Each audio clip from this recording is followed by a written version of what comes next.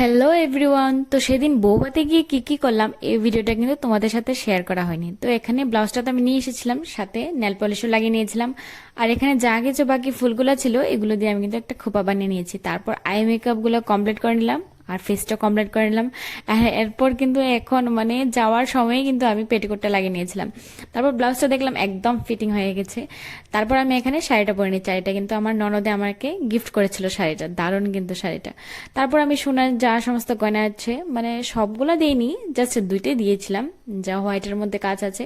যেহেতু ব্লাউজটাও হোয়াইট তো দেখতে সুন্দর লাগবে, আর যেহেতু আমার চূড়া নেই তো আমি লাল আর সাদা দিয়ে এটা বানিয়ে নিয়েছিলাম। আর আমার লিপস্টিকটা কিন্তু ভেঙে গেছে। আর এটা হলো আদিল কাদরি পারফিউম, আর ওর দেখো কি মানে পারফিউম কালেকশনস।